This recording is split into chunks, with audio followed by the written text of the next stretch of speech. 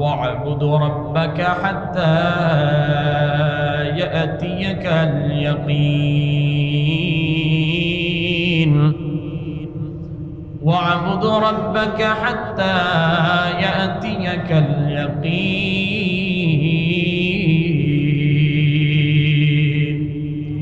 আল্লাহ তাআলা বলেন ওয়াবুদ তোমরা তোমাদের রবের ইবাদত করো কতক্ষণ পর্যন্ত হাত্তা ইয়াতিয়াকাল ইয়াকিন যতক্ষণ পর্যন্ত না তোমাদের নিশ্চিত কথা চলে না আসে হাত্তা ইয়াতিয়াকাল ইয়াকিন মুফাসসিরিন ইকরাম ইয়াকিন থেকে এই শব্দের অর্থ নিয়েছেন মৃত্যু বলেন কি যতক্ষণ পর্যন্ত তোমাদের মৃত্যুর সময় না আসে ততক্ষণ পর্যন্ত ইবাদতটাকে জারি রাখো কতক্ষণ পর্যন্ত ইবাদতটা জারি রাখা লাগবে কারণ আল্লাহ তাআলা কোরআনুল কারীমের ভিতরে সূরাতুজ জারিয়াতের 56 নম্বর আয়াতের ভিতরে বলেন আমি পৃথিবীর মানুষগুলোকে আর জিনগুলোকে বানাইছি একমাত্র আমার দাসত্ব করার জন্য আমার গোলামি করার জন্য একমাত্র কার দাসত্ব আবার বলেন আল্লাহর দাসত্ব করার জন্য আল্লাহ তাআলা বলেন ওয়ামা খালাকুতুল জিন্না ওয়াল ইনসা ইল্লা লিয়াবুদুন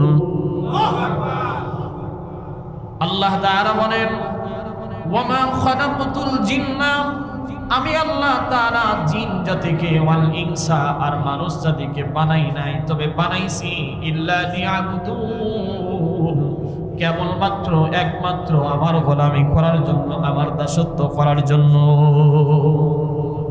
এর দ্বারা বোঝা গেল মানুষকে বানানোই হয়েছে তার গোলামি করার জন্য রমজান মাস পাইছিলাম রমজান মাসে আমরা অনেকগুলো শিক্ষা অর্জন করতে পেরেছি অনেকগুলো কাজ ইবাদত হাসিল করতে পারছি তবে রমজান চলে যাওয়া মানে এই না যে আমাদের মনটাকে বিষণ্ণ করা রমজান মাস ছিল ইবাদত করতে পারছি একটা ফরজে 70টা ফরজের সমান সওয়াব আল্লাহ দিবেন সুবহানাল্লাহ রমজানে একটা নফল ইবাদত করলে একটা ফরজের সমতুল্য সওয়াব পাওয়া যাইতো তার মানে এই না যে রমজান মাস চলে গেছে বিধায় এখন আমার নামাজ বাদ রোজা বাদ হজ বাদ দান সদকা বাদ নিয়ম বাদ সবকিছু বাদ দেওয়া এটা মুমিনের বৈশিষ্ট্য না বড় একজন মুমিনের বৈশিষ্ট্য তো হবে আমি আল্লাহর ইবাদত করি ওই আল্লাহ যেহেতু আমাকে বানাইছেন ওই তার ইবাদতের জন্য সুতরাং আমার ইবাদতটা 1 মিনিটের জন্য বন্ধ করা যাবে না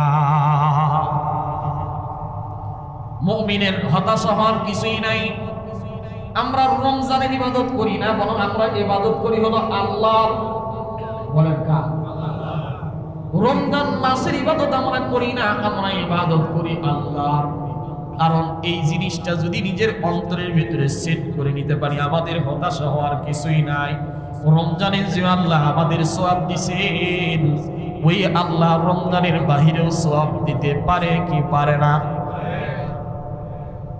আমার নবীজির সাহাবীদের জীবনী থেকে তালাশ করলে দেখা যায় নবীজির সাহাবীরা অনেক সময় হতাশা হয়ে যাইতো যেমন আমার নবীজি যখন দুনিয়া থেকে ইন্তেকাল করছে নবীর ইন্তেকালে সাহাবায়ে কেরামের ভিতরে কিছু সাহাবায়ে কেরামরা মনটাকে বিষণ্ণ হয়ে গেছে হায় এতদিন পর্যন্ত আমাদের নবী ছিল এখন আমার নবী নাই দয়ার নবী মায়ার নবী দুনিয়া থেকে ইন্তেকাল করছি আমরা নবী পাবো কোথায় নবী নাই ইবাদত করব কেমনে নবী নাই ইবাদত করব কেমনে নবী দুনিয়া থেকে বিদায় নিয়ে চলে গেছে সাহাবায়ে কেরামরা অনেকে মনটা ভেঙে গেছে হযরত আবু বকর সিদ্দিক রাদিয়াল্লাহু তাআলা আনহু সমস্ত সাহাবীদেরকে সামনে নিয়ে একটা ভাষণ দিলেন আল্লাহর রাসূলের সাহাবী আবু বকর সমস্ত সাহাবীদেরকে বললেন সাহাবীরা রে মান কানা ইয়াবুদু মুহাম্মাদান সাল্লাল্লাহু আলাইহি ওয়াসাল্লাম ফাইন্না মুহাম্মাদান ক্বাদ মাতা। এ সাহাবীরা, তোমরা যদি মুহাম্মাদের ইবাদত করে থাকো তাহলে আজকের পর থেকে আর ইবাদত করার দরকার নাই, কারণ মুহাম্মদ তো মরে গেছে। নবী দুনিয়াতে আসছিল, নবী দুনিয়ার থেকে বিদায় নিয়ে চলে গেছে, নবী দুনিয়ার থেকে বিদায় হয়ে গেছে। যারা মুহাম্মাদুর রাসূলুল্লাহ সাল্লাল্লাহু আলাইহি ওয়াসাল্লামের ইবাদত করছি না, তারা আজকে থেকে ইবাদত বাদ দিয়ে দাও, আর ইবাদত করা লাগবে না। ওয়া মান কানা ইয়াবুদুল্লাহ, আর যারা আল্লাহর ইবাদত করতাম, আল্লাহর ইবাদত করলে আজকে থেকে ইবাদত বাদ দেওয়া যাবে না। ফা ইন্নাল্লাহা হাইয়ুন লা ইয়ামুত, বরং আল্লাহ মৃত্যুবরণ করে না, আল্লাহ হলেন চিরঞ্জীবী, আল্লাহ হলেন চিরস্থায়ী, তিনি আছেন, থাকবেন, কিয়ামত পর্যন্ত থাকবেন। সাহাবায়ে কেরামের ভিতরে হুঁশ ফিরে আসলো, হাই আসলেই তো সত্য কথা বলেছে, এই দুনিয়ার থেকে সবাইকে বিদায় নিয়ে চলে যাওয়া লাগবে, নবীও নাই, নবীও দুনিয়ার থেকে বিদায় হয়ে যাবেন। কারণ নবী বারবার সাহাবীদেরকে বলছে, সাহাবীরা রে, আমি নবীও একদিন দুনিয়ার থেকে বিদায় হয়ে যাব, আমার ইন্তেকালের পরে তোমরা হতাশ হবে না, আমার ইন্তেকালের পরে তোমরা ভেঙে পড়বে না, বরং আল্লাহর ইবাদতটা সঠিকভাবে আদায় করবা, বরং আমার আল্লাহর ইবাদতটা আরো বেশি বেশি করে আদায় করবা। এই কথা যখনই হযরত আবু বকর বলছে, সব সাহাবীদের ভিতরে হতাশা দূর হয়ে গেছে। এ মুসলমান, তেমনি করে রমজান বিদায় হয়ে যাওয়ার পরেও আমাদের মুমিনের হতাশা হওয়ার কিছু নাই, কারণ আমাদের গন্তব্য হলো আল্লাহর জান্নাত। রমজানের পরেও যদি ইবাদতটাকে কন্টিনিউ করতে পারি, তাহলেই আমরা আল্লাহর জান্নাতের মেহমান হইতে পারবো। তবে রমজানের আমাদের কিছু শিক্ষা অর্জন থেকে রমাদানুল মুবারক চলে গেছেন,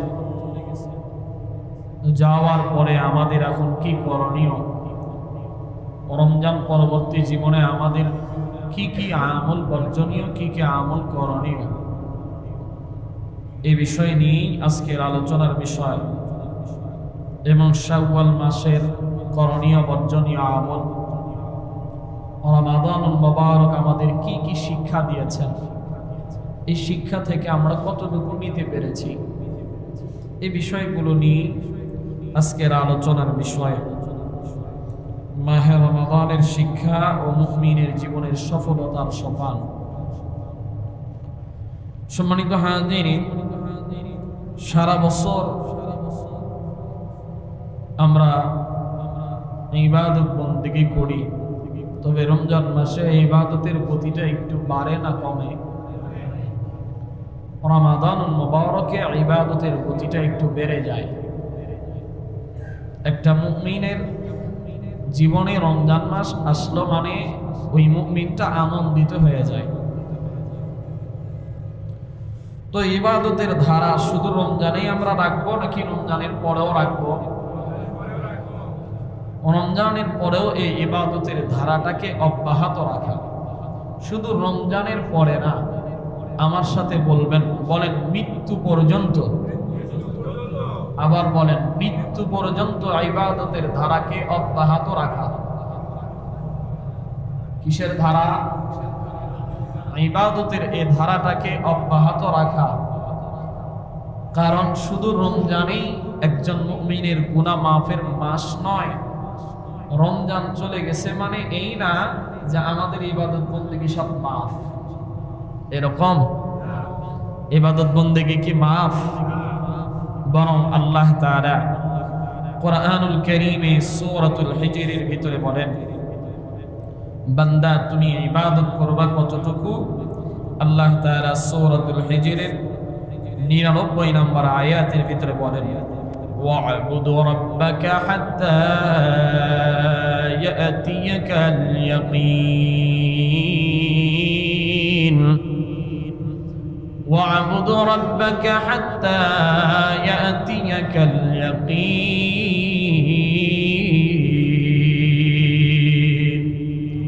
আল্লাহ তাআলা বলেন, ওয়া'বুদ, তোমরা তোমাদের রবের ইবাদত করো কতক্ষণ পর্যন্ত? হাত্তা ইয়াতিয়াকাল ইয়াকিন, যতক্ষণ পর্যন্ত না তোমাদের নিশ্চিত কথা চলে না আসে। হাত্তা ইয়াতিয়াকাল ইয়াকিন। মুফাসসিরিনে ইকরাম ইয়াকিন থেকে এই শব্দের অর্থ নিয়েছেন মৃত্যু। বলেন কি? যতক্ষণ পর্যন্ত তোমাদের মৃত্যুর সময় না আসে ততক্ষণ পর্যন্ত ইবাদতটাকে জারি রাখো। কতক্ষণ পর্যন্ত? ইবাদতটা জারি রাখা লাগবে। কারণ আল্লাহ তাআলা কোরআনুল কারীমের ভিতরে সূরাতুজ জারিয়াতের 56 নম্বর আয়াতের ভিতরে বলেন, আমি পৃথিবীর মানুষগুলোকে আর জিনগুলোকে বানাইছি একমাত্র আমার দাসত্ব করার জন্য, আমার গোলামি করার জন্য। একমাত্র কার দাসত্ব? আবার বলেন, আল্লাহর দাসত্ব করার জন্য। আল্লাহ তাআলা বলেন, ওয়ামা খালাকুতুল জিন্না ওয়াল ইনসা ইল্লা লিয়াবুদুন।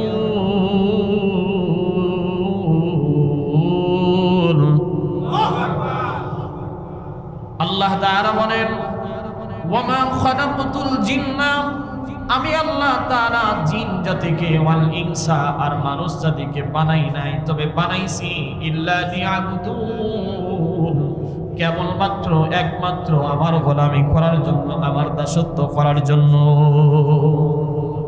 এর দ্বারা বোঝা গেল মানুষকে বানানোই হয়েছে তার গোলামি করার জন্য। রমজান মাস পাইছিলাম, রমজান মাসে আমরা অনেকগুলো শিক্ষা অর্জন করতে পেরেছি, অনেকগুলো কাজ ইবাদত হাসিল করতে পারছি। তবে রমজান চলে যাওয়া মানে এই না যে আমাদের মনটাকে বিষণ্ণ করা। রমজান মাস ছিল, ইবাদত করতে পারছি, একটা ফরজে 70টা ফরজের সমান সওয়াব আল্লাহ দিয়েছেন, সুবহানাল্লাহ। রমজানে একটা নফল ইবাদত করলে একটা ফরজের সমতুল্য সওয়াব পাওয়া যাইতো। তার মানে এই না যে রমজান মাস চলে গেছে বিধায় এখন আমার নামাজ বাদ, রোজা বাদ, হজ বাদ, দান সদকা বাদ, নিয়ম বাদ, সবকিছু বাদ দেওয়া এটা মুমিনের বৈশিষ্ট্য না।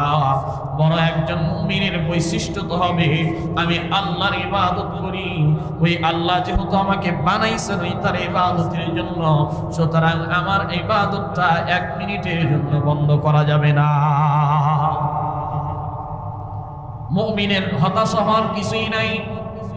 আমরা রমজানের ইবাদত করি না, বরং আমরা ইবাদত করি হলো আল্লাহ। বলেন কার? রমজান মাসের ইবাদত আমরা করি না, আমরা ইবাদত করি আল্লাহ। কারণ এই জিনিসটা যদি নিজের অন্তরের ভিতরে সেট করে নিতে পারি, আমাদের হতাশা হওয়ার কিছুই নাই। রমজানে যে আল্লাহ আমাদের সওয়াব দিয়েছেন, ওই আল্লাহ রমজানের বাহিরেও সওয়াব দিতে পারে কি পারে না? আমার নবীজির সাহাবীদের জীবনী থেকে তালাশ করলে দেখা যায় নবীজির সাহাবীরা অনেক সময় হতাশা হয়ে যাইতো। যেমন আমার নবীজি যখন দুনিয়া থেকে ইন্তেকাল করছে, নবীর ইন্তেকালে সাহাবায়ে কেরামের ভিতরে কিছু কিছু সাহাবায়ে কেরামরা মনটাকে বিষণ্ণ হয়ে গেছে। হায়, এতদিন পর্যন্ত আমাদের নবী ছিল, এখন আমার নবী নাই। দয়ার নবী, মায়ার নবী দুনিয়া থেকে ইন্তেকাল করছি, আমরা নবী পাবো কোথায়? নবী নাই, ইবাদত করব কেমনে? নবী নাই, ইবাদত করব কেমনে? নবী দুনিয়া থেকে বিদায় নিয়ে চলে গেছে। সাহাবায়ে কেরামরা অনেকে মনটা ভেঙে গেছে। হযরত আবু বকর সিদ্দিক রাদিয়াল্লাহু তাআলা আনহু সমস্ত সাহাবীদেরকে সামনে নিয়ে একটা ভাষণ দিলেন। আল্লাহর রাসূলের সাহাবী আবু বকর সমস্ত সাহাবীদেরকে বললেন, সাহাবীরা রে, মান কানা ইয়াবুদু মুহাম্মাদান সাল্লাল্লাহু আলাইহি ওয়াসাল্লাম ফাইন্না মুহাম্মাদান ক্বাদ মাতা। এ সাহাবীরা, তোমরা যদি মুহাম্মাদের ইবাদত করে থাকো তাহলে আজকের পর থেকে আর ইবাদত করার দরকার নাই, কারণ মুহাম্মদ তো মরে গেছে। নবী দুনিয়াতে আসছিল, নবী দুনিয়া থেকে বিদায় নিয়ে চলে গেছে, নবী দুনিয়া থেকে বিদায় হয়ে গেছে। যারা মুহাম্মাদুর রাসূলুল্লাহ সাল্লাল্লাহু আলাইহি ওয়াসাল্লামের ইবাদত করছি না, তারা আজকে থেকে ইবাদত বাদ দিয়ে দাও, আর ইবাদত করা লাগবে না। ওয়া মান কানা ইয়াবুদুল্লাহ, আর যারা আল্লাহর ইবাদত করতাম, আল্লাহর ইবাদত করলে আজকে থেকে ইবাদত বাদ দেওয়া যাবে না। ফা ইন্নাল্লাহা হাইয়ুন লা ইয়ামুত, বরং আল্লাহ মৃত্যুবরণ করে না, আল্লাহ হলেন চিরঞ্জীবী, আল্লাহ হলেন চিরস্থায়ী, তিনি আছেন, থাকবেন, কিয়ামত পর্যন্ত থাকবেন। সাহাবায়ে কেরামের ভিতরে হুঁশ ফিরে আসলো, হায় আসলেই তো সত্য কথা বলেছে, এই দুনিয়ার থেকে সবাইকে বিদায় নিয়ে চলে যাওয়া লাগবে, নবীও নাই, নবীও দুনিয়ার থেকে বিদায় হয়ে যাবেন।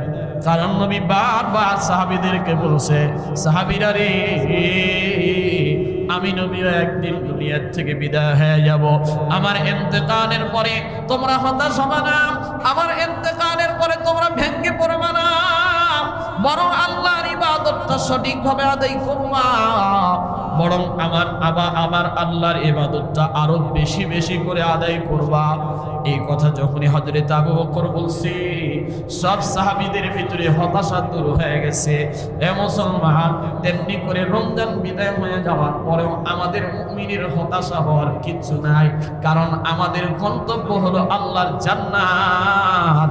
রমজানের পরেও যদি ইবাদতটাকে কন্টিনিউ করতে পারি, তাহলেই আমরা আল্লাহর জান্নাতের মেহমান হইতে পারবো। তবে রমজানের আমাদের কিছু শিক্ষা অর্জন করা লাগবে। তবে রমজানের আমাদের কিছু শিক্ষা অর্জন করা লাগবে। কি কি শিক্ষা আমরা রমজানে পাইছি, রমজানে কি কি আমল পাইছিলাম, এই আমলের ধারাটাকে জারি রাখা। আমলের ধারাটাকে কি রাখা বলেন? জারি রাখা। এক নাম্বার আছেন, মোট 10টা পয়েন্টের উপরে কথা বলবো। এক নম্বরে আমরা রমজান মাসে সর্বপ্রথম যে জিনিসটা পাইছি সেটা হলো ইখলাস। বলেন কি? খাঁটি জিনিস পাওয়া, ইখলাস পাইছি। ইখলাস কি জিনিস? বলে কুল হুয়াল্লাহু আহাদ আল্লাহুস সামাদ লাম ইয়ালিদ ওয়া লাম ইউলাদ ওয়া লাম ইয়াকুল লাহু কুফুয়ান আহাদ। আল্লাহ তাআলা সূরাতুল ইখলাসের ভিতরে ইখলাসের পরিচয় দিবেন, আল্লাহর পরিচয় দিবেন। আল্লাহ বলেন, হে দুনিয়ার মানুষ, কুল হুয়াল্লাহ, হে নবী আপনি বলে দেন আল্লাহু আহাদ, আল্লাহ হলেন এক, আল্লাহুস সামাদ, আল্লাহর কোনো অংশীদার নাই, শরীক নাই, আল্লাহ হলেন লা শারীক। কুল হুয়াল্লাহু আহাদ আল্লাহুস সামাদ লাম ইয়ালিদ ওয়া লাম ইউলাদ। আল্লাহ তাআলা কাউকে জন্ম দেয় নাই, আবার কারো থেকে জন্ম নেয়ানো নাই। ওয়ালাম ইয়াকুল লাহু কুফুয়ান আহাদ, আর আল্লাহর সমকক্ষ পৃথিবীতে কেউ নাই। আল্লাহ তাআলা ইখলাসের পরিচয় দিয়েছেন। আমরা সর্বপ্রথম রমজানে পাইছি ইখলাস। বলেন কি পাইছি? ইখলাস, যে আল্লাহকে ভয় করা লাগবে। এক আল্লাহ আছেন, তিনি আমাকে সব দেখতেছেন, সুতরাং ইবাদতটাও কার জন্য করা লাগবে? আল্লাহ তাআলা সূরাতুল আনআমের 161 নম্বর আয়াতের ভিতরে আল্লাহ তাআলা বলেন, নবীজিকে ডাক দিয়ে বলেন, পয়গম্বর আপনি বলে দেন, কুল ইন্না সালাতি ওয়া নুসুকি ওয়া মাহইয়ায়া ওয়া মামাতি লিল্লাহি রাব্বিল আলামিন।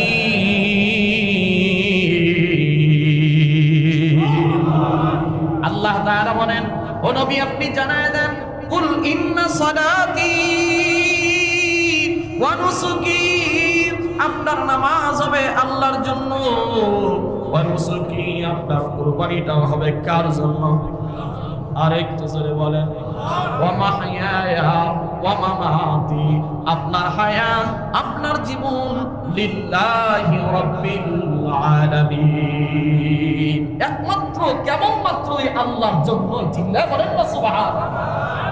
সুতরাং হায়াত যতদিন আছে ততদিন ইবাদত করতে হবে কার? আর একটু জোরে বলেন, কার? নামাজ পড়তে হবে একমাত্র আল্লাহর জন্য, রোজাটাও রাখতে হবে একমাত্র আল্লাহর জন্য, হজটাও করতে হবে একমাত্র আল্লাহর জন্য, কুরবানিটাও করতে হবে একমাত্র আল্লাহর জন্য।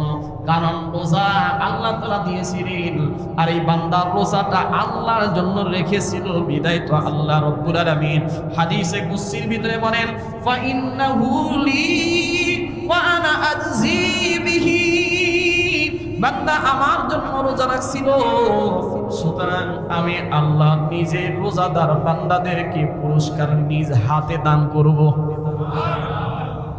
কারণ এটা রাখছি কার জন্য?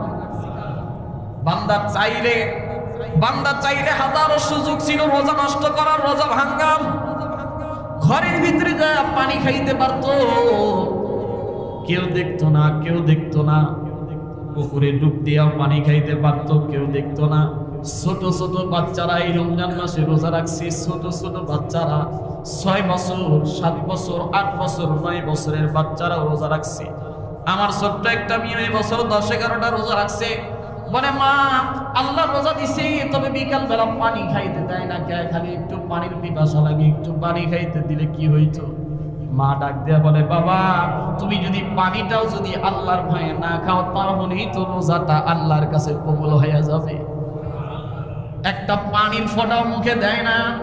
ছোট বাচ্চারা পর্যন্ত আল্লাহর ভয়ে রোজা রাখে।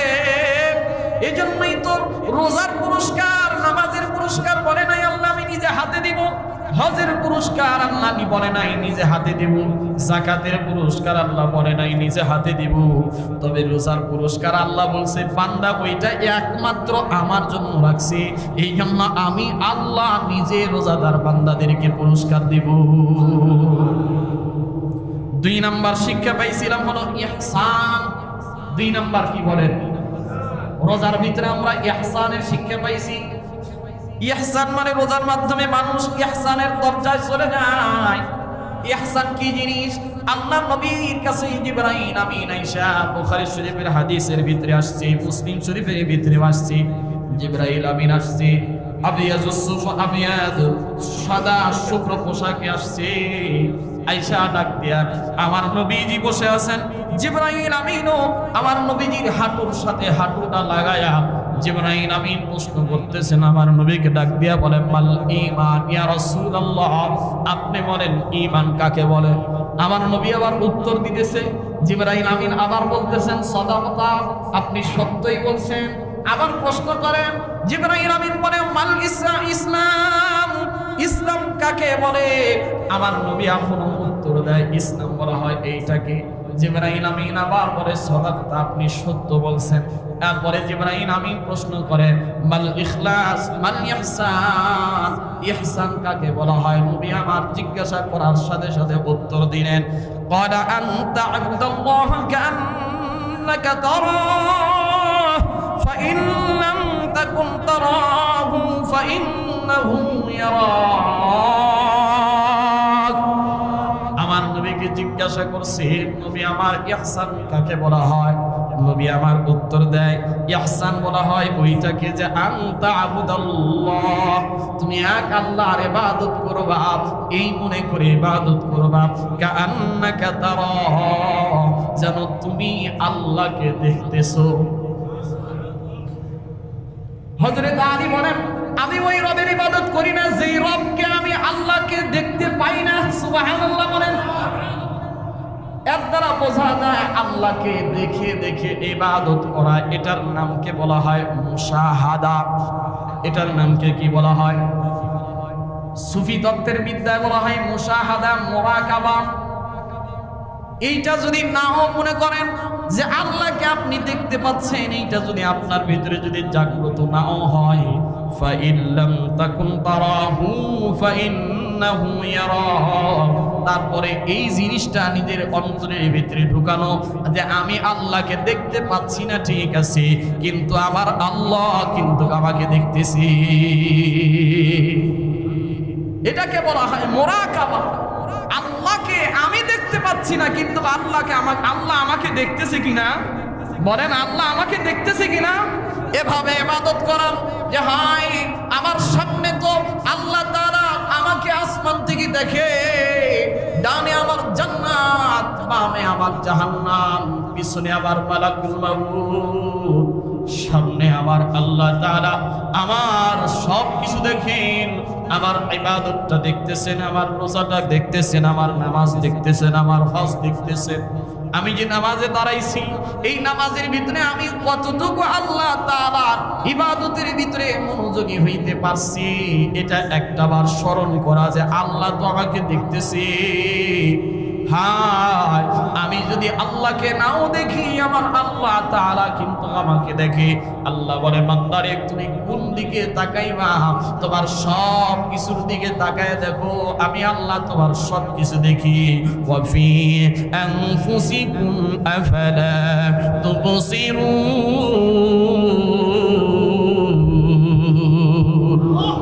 হর रग में तू हर मुंह में तू हर जाने तू हर तुम हर रग में तू हर मुंह में तू हर जाने तू हर तुम देखता हूँ जिधर चाहता हूँ अब की रहम करो देखता हूँ जिधर चाहता हूँ अब की रहम करो अच्छा মানুষ বলো দেখি রাত্রি কেন কালো পশু পাখি কয় না কথা মানুষ কেন কয় আচ্ছা মানুষ বলো দেখি রাত্রি কেন কালো সাদ সূরজ কোথা হতে পাইলো এত আলো পশু পাখি কয় না কথা মানুষ কেন কয় বলো বলো বলো এসব কেমন করে হয় ফুলগুলি নানান রঙের কেমন করে হয় পাতাগুলি সবুজ বটে ফুলের মতো নয় আচ্ছা মানুষ বাস করে ভাই এই দুনিয়ার রঙে হাতের লেখা আর চেহারা মিলে না কারোর সঙ্গে আর মিলে না কথার ধরন আঙ্গুলের টিপ আর মিলে না কথার ধরন আঙ্গুলের টিপ আল্লাহ তাআলা একজন আছে প্রমাণ হলো ঠিক আল্লাহ তাআলা বলে বান্দারে তুমি কোন দিকে তাকাইবা কোন দিকে তাকাইবা তুমি সব দিকে ডানে তাকাইলে আমার নিয়ামতগুলো দেখতে পাইবা বামে তাকাও আমার নিয়ামতগুলো দেখতে পাইবা বলে দুনিয়ার কিছু দেখা লাগবে না তুমি তোমার শরীরের দিকে তাকাইলে তুমি তোমার রবের পরিচয় পেয়ে যাইবা আল্লাহ তাআলা দুইটা চক্ষু দিবেন বলে দুইটা চোখের পাওয়ার কত জানেন প্রতিটা একটাবার চোখের কোণা যদি একটাবার ফালায় একটাবার বন্ধ করছি আর একবার দেখতেছি বলে ৮৬,০০০ কোটি মেগাপিক্সেল ক্যামেরা আল্লাহ তাআলা চোখের ভিতরে লাগায় রাখছি একবার তাকাইলে তুমি ৮৬,০০০ কোটি নিয়ামত দেখতে পাইবা একবার চোখ দিয়ে তাকাও তোমার এই জিহ্বার ভিতরে আল্লাহ তাআলা কোটি কোটি কোটি কোটি তার লাগায় রাখছে হে বান্দা তোমার কানের ভিতরে আল্লাহ তাআলা কোটি কোটি তার লাগায় রাখছে একটা তার যদি ফিউজ হয়ে যায় একটা তার যদি ফিউজ হয়ে যায় কান দিয়ে শোনার কোনো কায়দা থাকবে না একটু চোখের ভিতরে একটা তারের যদি কমতি থাকে একটু দুর্বল হয় তুমি চোখ দিয়ে দেখবে না আল্লাহ বলে তোমার ব্রেনের ভিতরে কত তার লাগায় রাখছি এই তারগুলোর একটা তার যদি খেলে একটু দুর্বল হয়ে যায় তোমারে পাবনা মেন্টাল হসপিটালে ভর্তি করা লাগবে কথা পায় না তোমারে মানুষ আর মানুষ বলবে না তোমারে পাগল বলবে হে বান্দা তুমি কার খাও ওই আল্লাহর কথা কি একটাবার চিন্তা করো না এই জন্য ইখলাস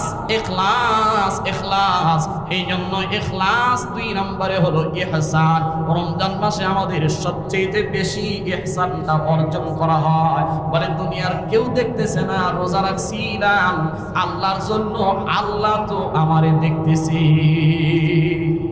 আল্লাহ তো আমারে দেখছে কেউ যদি নাও দেখে 3 নাম্বার রোজার থেকে শিক্ষা হলো তাকওয়ার শিক্ষা বলেন কিসের শিক্ষা তাকওয়া রমজানে আল্লাহ তাআলা তাকওয়া দিয়েছেন তাকওয়া কি জিনিস আল ইমতিসালু আওয়ামিরিল্লাহ ওয়াল ইসতিনাবু আনিন নাওয়াহি তাকওয়া হলো আল্লাহ যতগুলো আদেশ করছে সবগুলো আদেশ মেনে চলা যতগুলো নিষেধ করছে সবগুলো নিষেধ থেকে বিরত থাকার নাম হলো তাকওয়া আর এটা অর্জন হয় হলো রোজার দ্বারা সবচেয়ে বেশি কিসের দ্বারা রোজার দ্বারা তো আমরা এই রোজা রাখছিলাম আল্লাহর তাকওয়া অর্জন করতে পেরেছি আর তাকওয়াবান বান্দাকে আল্লাহ তাআলা জান্নাত দান করবেন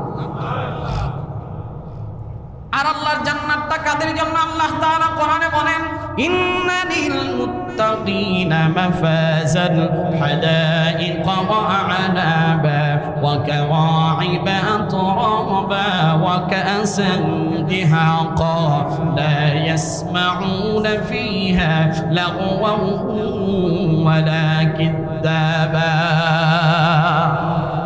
আল্লাহ বলেন যারা মুত্তাকি হবে যারা তাকওয়াবান বান্দা হবে আমি আল্লাহ তাদের জন্য জান্নাত তৈরি করে রাখছি আর জান্নাতের ভিতরে কেমন নিয়ামত থাকবে ইন্নালিল মুত্তাকিনা মাফাজান হাদাইকা ওয়া আনাবা আল্লাহ বলেন জান্নাতের ভিতরে আমি আল্লাহ তাআলা বড় বড় বাগান সাজায় রাখছি আঙ্গুরের বাগান কলার বাগান ফলের বাগান ওয়া ফিহা ফাকিহাতিন ওয়া কাসীর আল্লাহ তাআলা সূরাতুল ওয়াকিয়ার ভিতরে বলেন ওয়া লাহমি তাইরিন মিম্মা ইয়াস্তাহুর ওয়া হুরুন আইন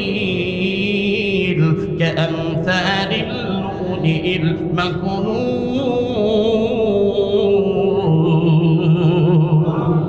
আল্লাহ তাআলা জান্নাতের ভিতরে নিয়ামত দিয়ে ভরপুর করে রাখছে। সুবহানাল্লাহ। এই জন্য 4 নাম্বার শিক্ষা হলো তাকওয়ার শিক্ষা।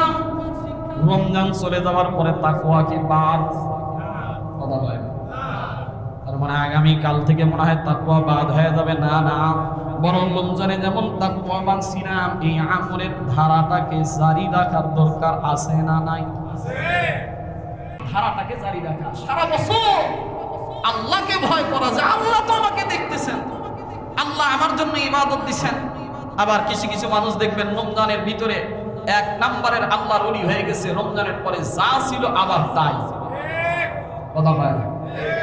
রমজানে দাড়ি রাখছিল, আবার রমজান শেষ ঈদের নামাজের আগের দিনই যায়া নাপিতকে বলছে একেবারে খুর লাগায় একেবারে চকচকা করে দাও। কথা বলেন।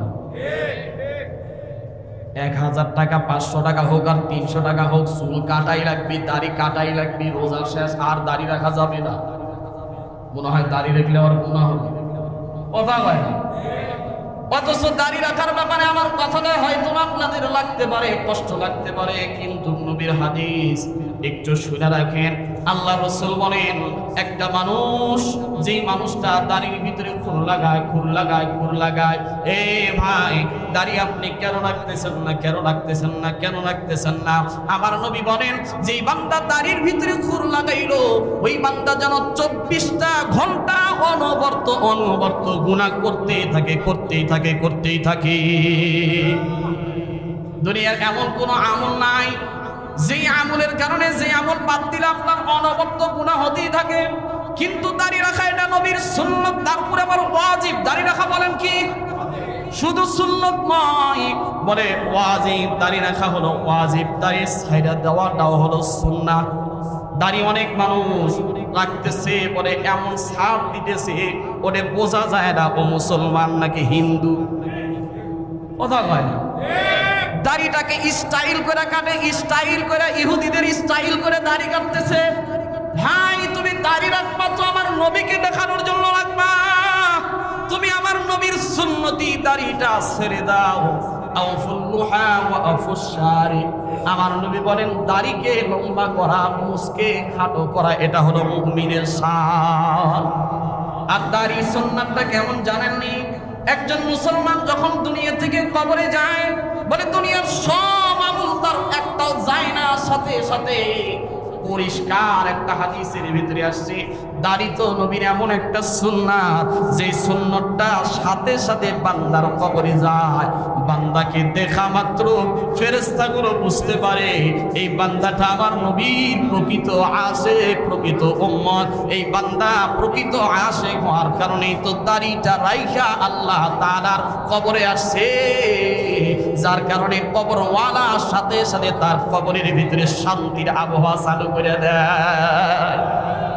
কিন্তু বর্তমান সমাজে অনেকে দাড়ি রাখতেছে মডেলিং দাড়ি, নাউজুবিল্লাহ বলেন।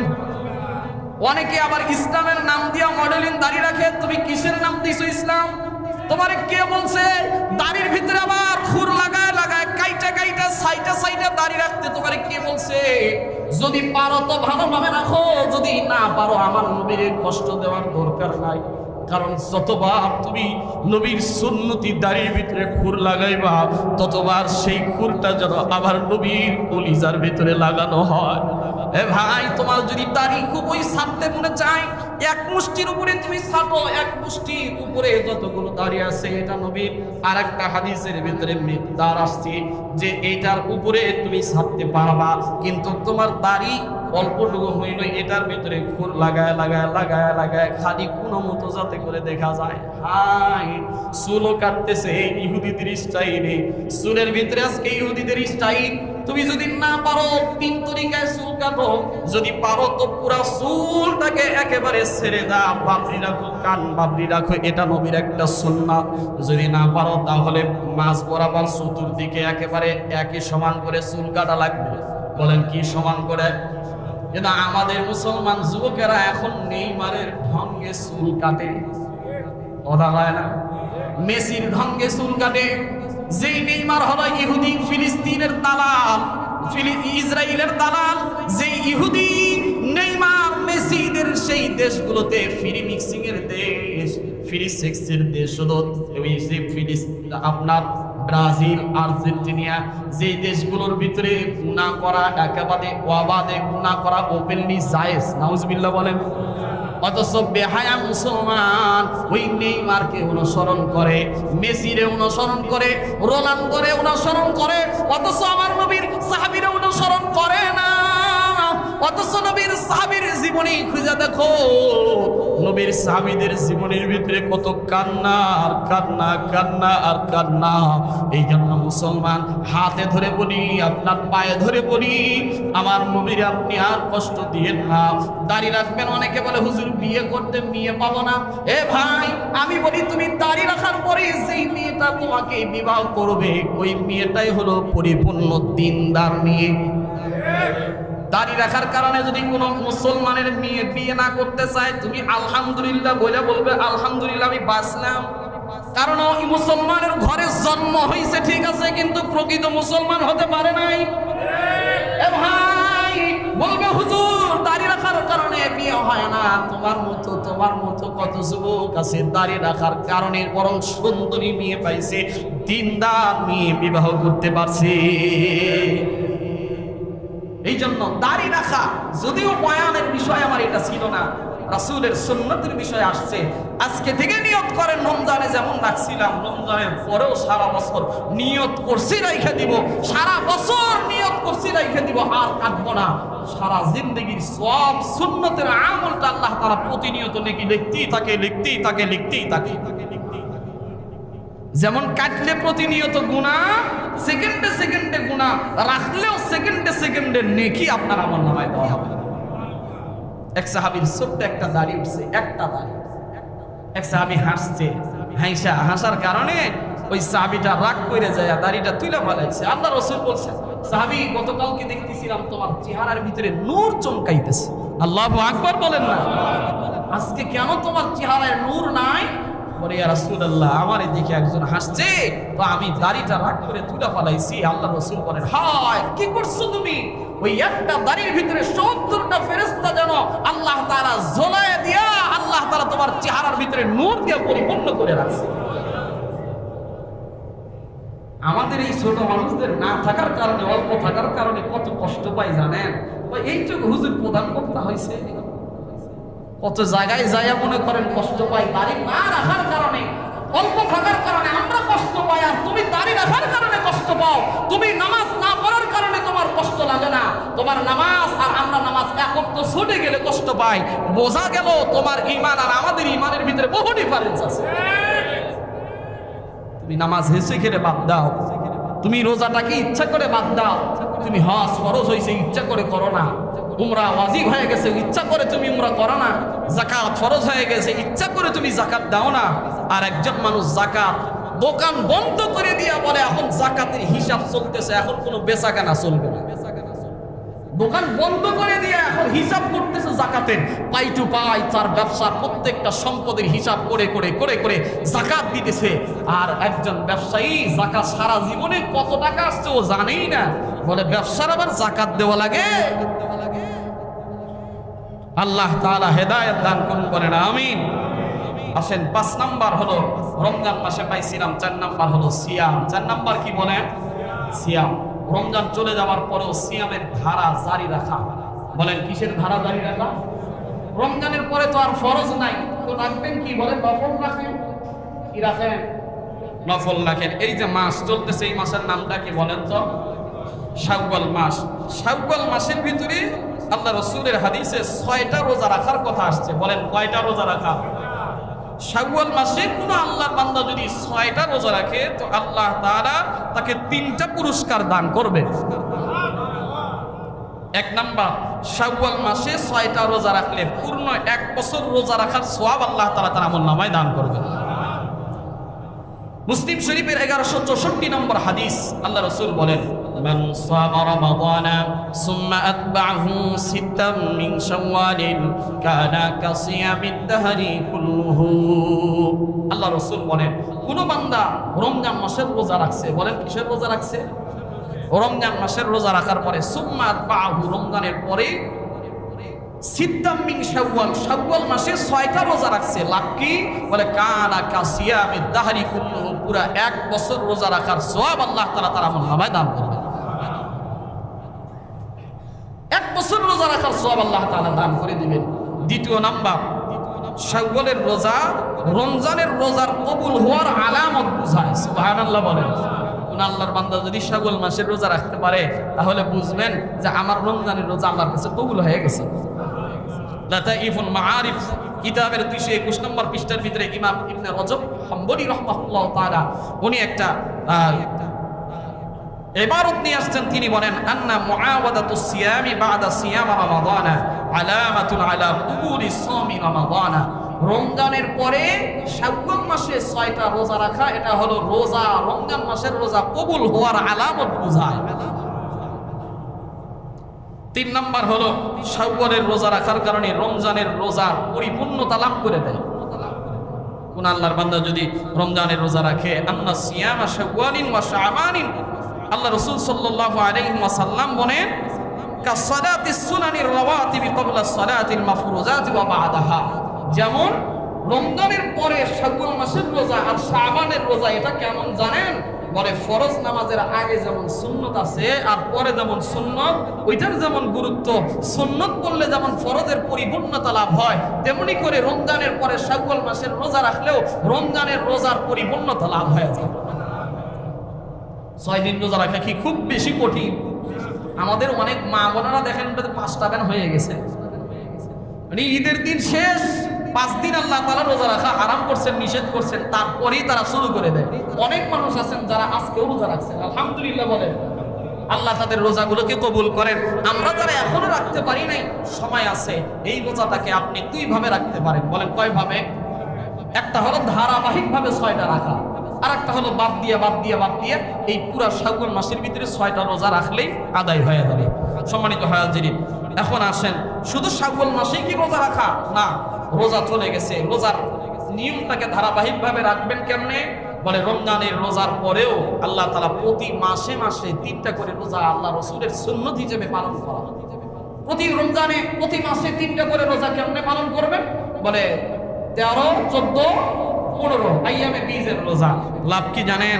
আল্লাহ রাসূল সাল্লাল্লাহু আলাইহি ওয়াসাল্লাম বলেন, মান সামা সালাসাতা আইয়ামিন মিন কুল্লি শাহরিন ফাযালিকা সাওমুদ দাহরি ফাআনজালাল্লাহু আযজা ওয়া জাল্লা তাসদীকান যালিকা ফি কিতাবিহি মান জাআ বিল হাসানাতি ফালাহু আশরু আমসালিহা। মুআজামুল ওয়াসিত তাবরানির ভিতরে আসছে যে কোন আল্লাহ রাসূল কোন আল্লাহর বান্দা যদি 3টা করে রোজা রাখে তাহলে 1 বছর রোজা রাখার সওয়াব আল্লাহ তাআলা তার আমলনামায় দান করে। কিভাবে? মান জাআ বিল হাসানাতি ফালাহু আশরু বিআমসালিহা। একটা রোজা রাখলো সে যেন 10টার ফজিলত লাভ করতে পারে। সুবহানাল্লাহ বলেন।